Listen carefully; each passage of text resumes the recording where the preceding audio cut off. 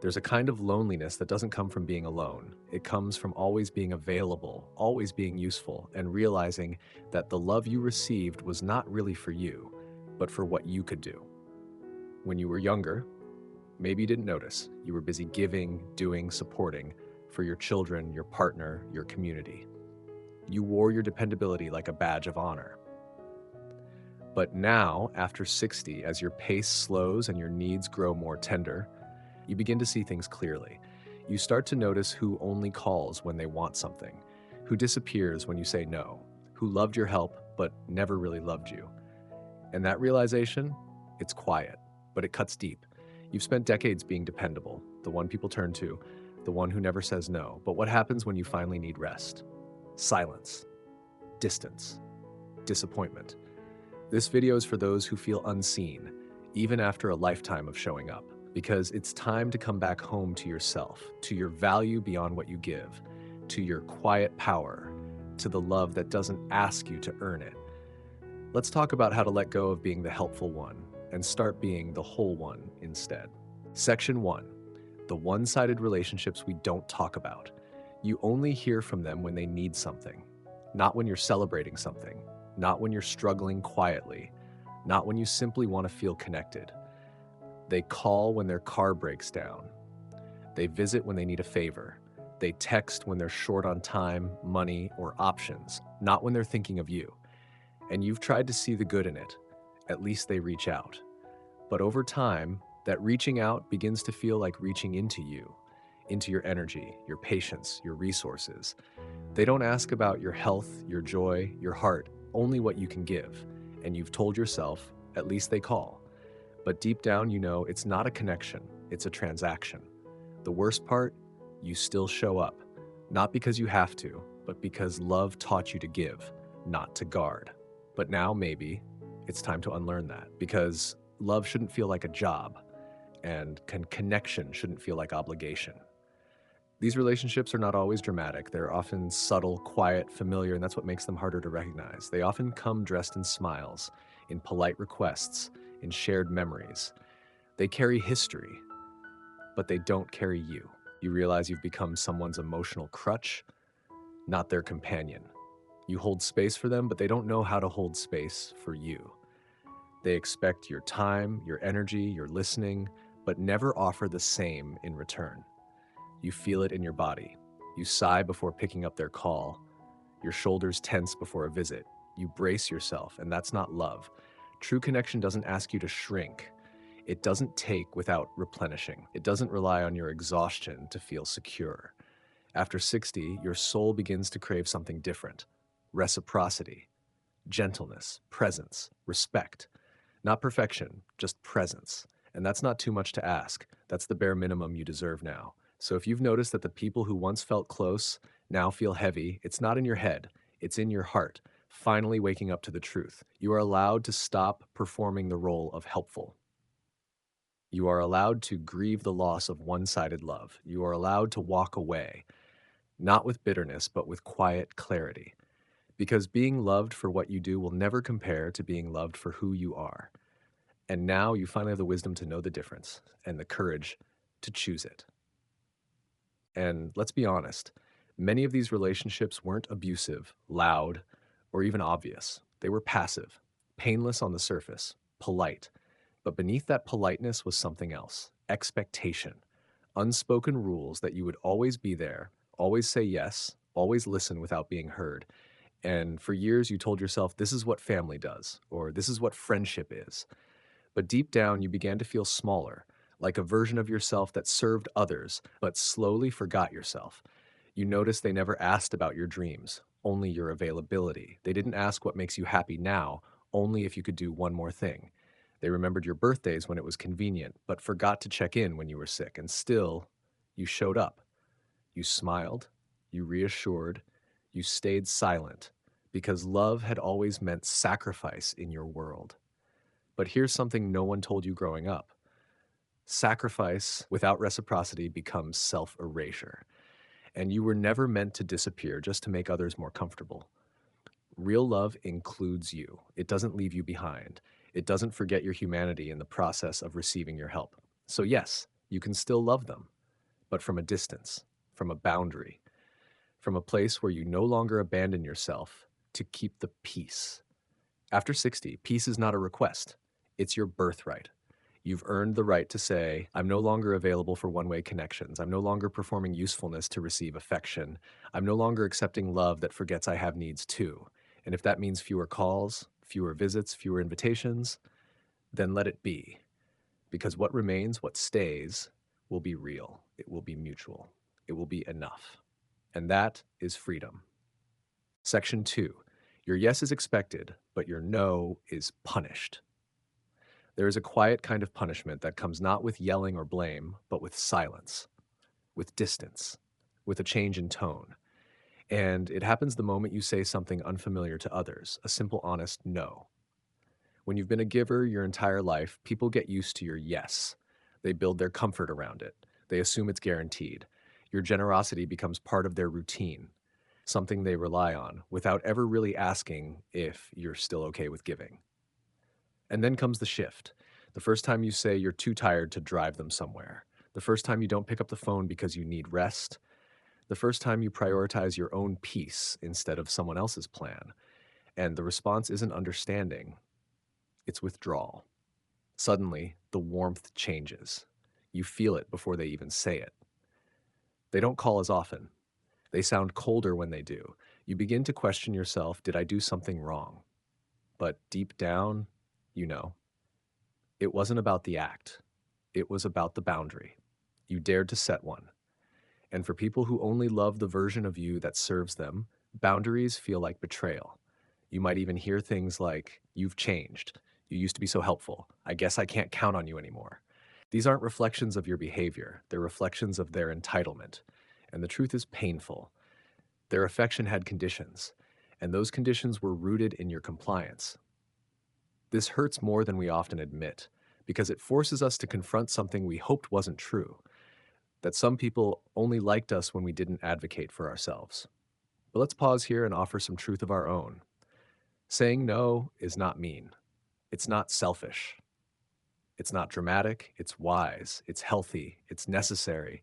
And it's something that takes enormous courage to practice, especially when you're older and have been trained your whole life to associate your worth with being needed. After 60, your energy is not endless, your time is not disposable, and your emotional space is sacred. When you say no, you are not closing a door. You are clarifying your capacity. You are communicating with honesty. You are preserving what's left of your strength for what truly matters. The people who genuinely care for you, who see you as a person, not a service, they might be surprised, but they won't punish you. They'll ask, are you okay? They'll say, I understand. They'll come closer, not pull away. Because real love adapts. It listens. It adjusts. It respects. It doesn't treat boundaries as threats. It sees them as invitations to deeper, more honest connection. But let's also be honest. Not everyone will respond that way. Some will grow distant. Some will gossip. Some will try to guilt you back into your old role. And when that happens, you will grieve. You'll grieve the version of the relationship you thought you had. You'll grieve the time you lost performing instead of being. You'll grieve the years spent saying yes when you desperately needed to say no. And in that grief, you will find something precious: self-respect, self-trust, and slowly the rebuilding of a life that centers you, not just your service to others. You will notice your nervous system begin to settle. You'll sleep deeper. You'll feel lighter because you are no longer holding up other people's expectations with your back bent and your heart tired. And if you ever need permission to protect your peace, let this be it. You don't have to explain every no. You don't have to defend your rest. You don't owe anyone access to parts of you that are healing. Your boundaries may shrink your circle, but they will grow your peace. And at this stage in life, that peace is not optional. It's essential. You are allowed to prioritize yourself, even if it confuses others, even if it disappoints them, even if it ends some relationships, because the only relationship you'll have until the very end is the one you have with yourself. And that one deserves to be rooted in truth, tenderness, and trust. So the next time you feel the weight of guilt pressing down after saying no, take a breath And remember this, you're not pushing people away, you're calling yourself back home. And that is not punishment, that is protection. Section 3, you're tired, but no one notices. There's a kind of exhaustion that doesn't come from lack of sleep. It comes from being everything to everyone for so long that you've forgotten what it feels like to simply be. It's the tiredness of the soul, the weight behind your eyes when no one's watching, the heaviness in your chest after a phone call where you listened deeply but were never asked, "And how are you?" When you reach your 60s and beyond, the tiredness often deepens, not because you're weaker, but because you've spent a lifetime carrying what others couldn't or wouldn't. You were the dependable one, the problem solver, the fixer. You didn't ask for help because you didn't want to burden anyone. You didn't complain because you were taught to be strong. But now, in the quiet moments, you feel it, the depletion, the ache of being needed but not nurtured, of being relied upon but rarely checked on. People still come to you, but only with their needs, their worries, their chaos. And when they leave, they feel lighter. But you don't. You feel emptied.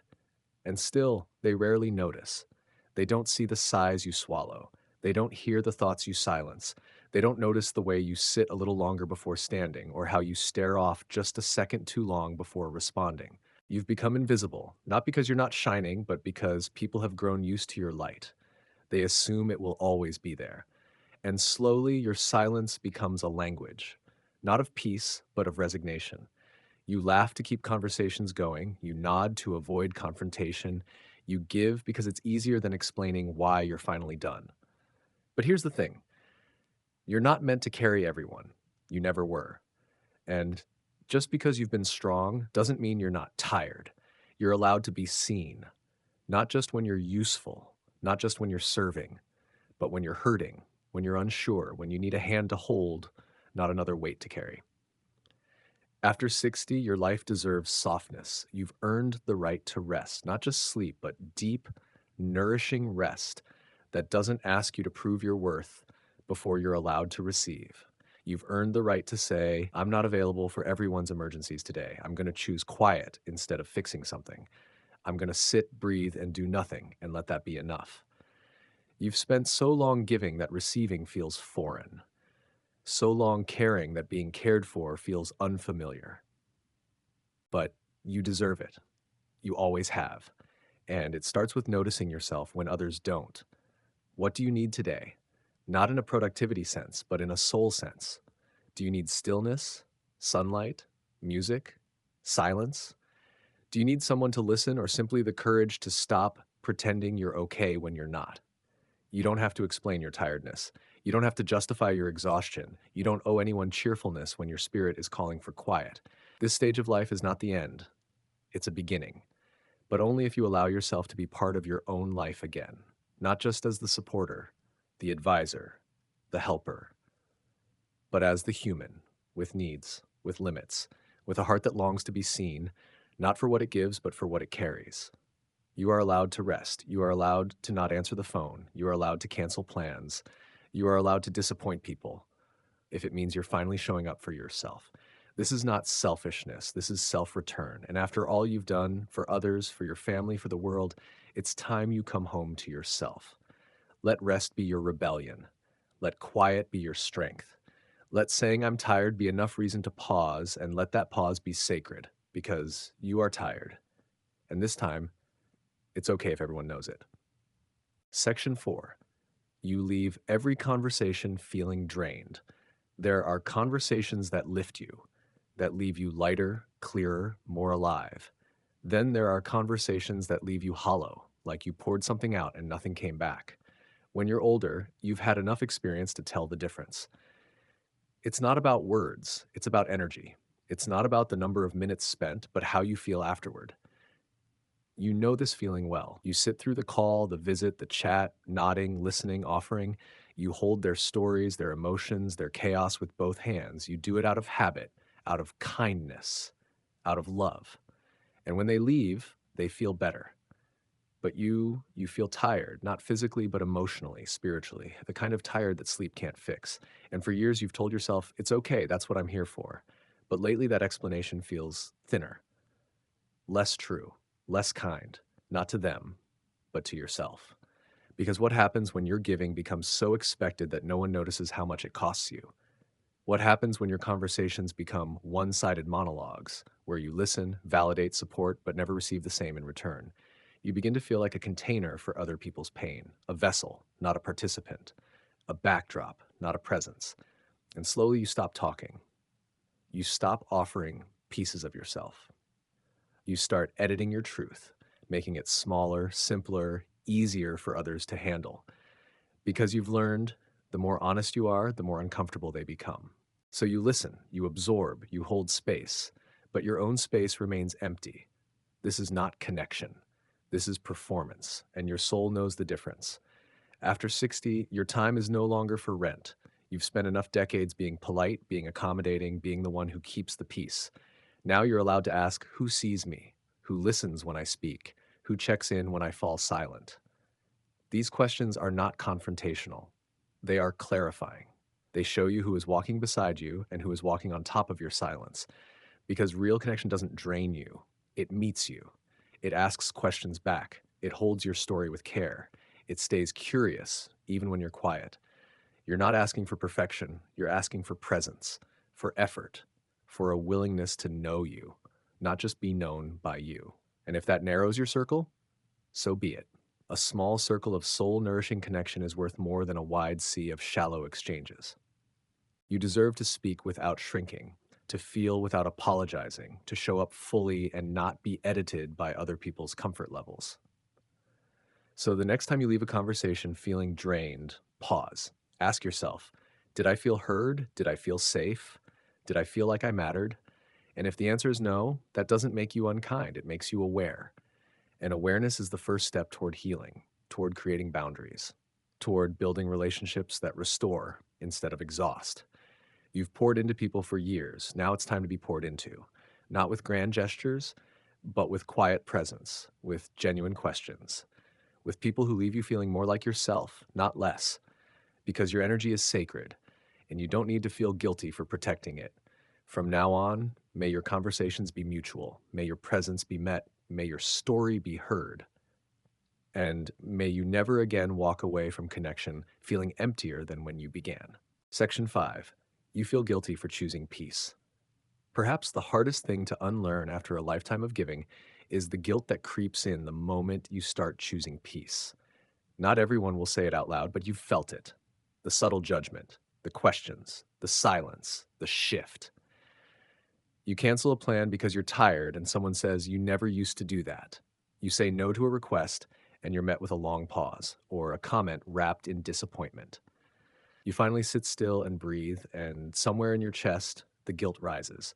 Because for decades, you've been taught that goodness looks like sacrifice, that worthiness means being useful, that love is something you earn by saying yes over and over again. So when you finally do less, it feels like you're becoming less available, less kind, less important. But here's the truth. You are not less. You are finally whole. You are not walking away from love. You are walking toward the kind of love that doesn't demand your exhaustion to exist.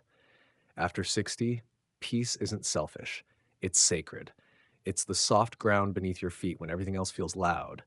It's the pause that says, I matter too. And yet the guilt comes because your inner voice still believes you owe people the parts of yourself you've never given to yourself. That voice says, you should be doing more. They'll think you've changed. What if they need you? But healing sounds different. Healing says, you've done enough. It's okay to rest. Your peace matters more than their approval. Guilt is not a sign you're wrong. Sometimes it's just an echo of old beliefs, old roles, old patterns. It's the body remembering how to survive in systems that never asked how you felt. But survival is not the same as living.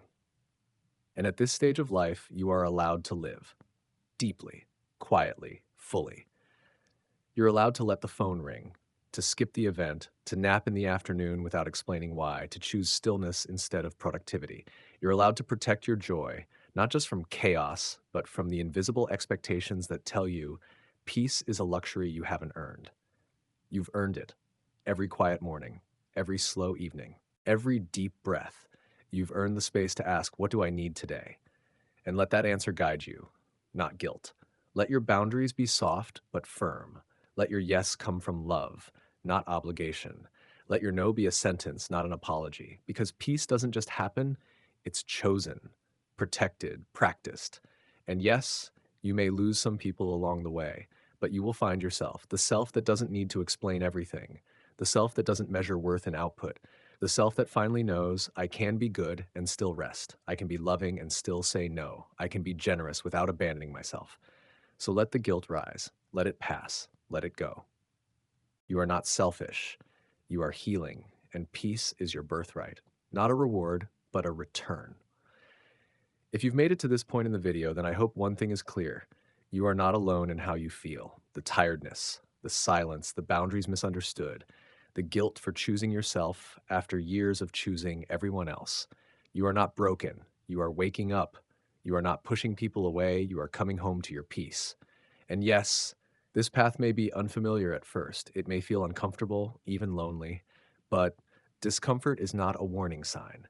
It's often the first step in returning to truth. You were not born to be everyone's solution. You were not placed on this earth to disappear into usefulness. You are not a machine. You are a soul, sacred, tired, and worthy of rest. So let this be your quiet revolution. Let this be the season where you take your time back, where you take your voice back, where you take you back. And if the world doesn't understand, that's okay. That's okay. They weren't meant to define your worth anyway. Let the people who truly see you come closer. Let the ones who only loved your yes fall away with grace. You are still becoming. You are still allowed to grow. And you are still deeply worthy of love that doesn't require you to earn it. Thank you for spending this time with us at True Senior Wisdom. If this message spoke to your heart, please consider subscribing, liking, and leaving a comment below. Your story matters, and your voice could be the light someone else is looking for. Until next time, take care of your peace, because it's not selfish, it's sacred.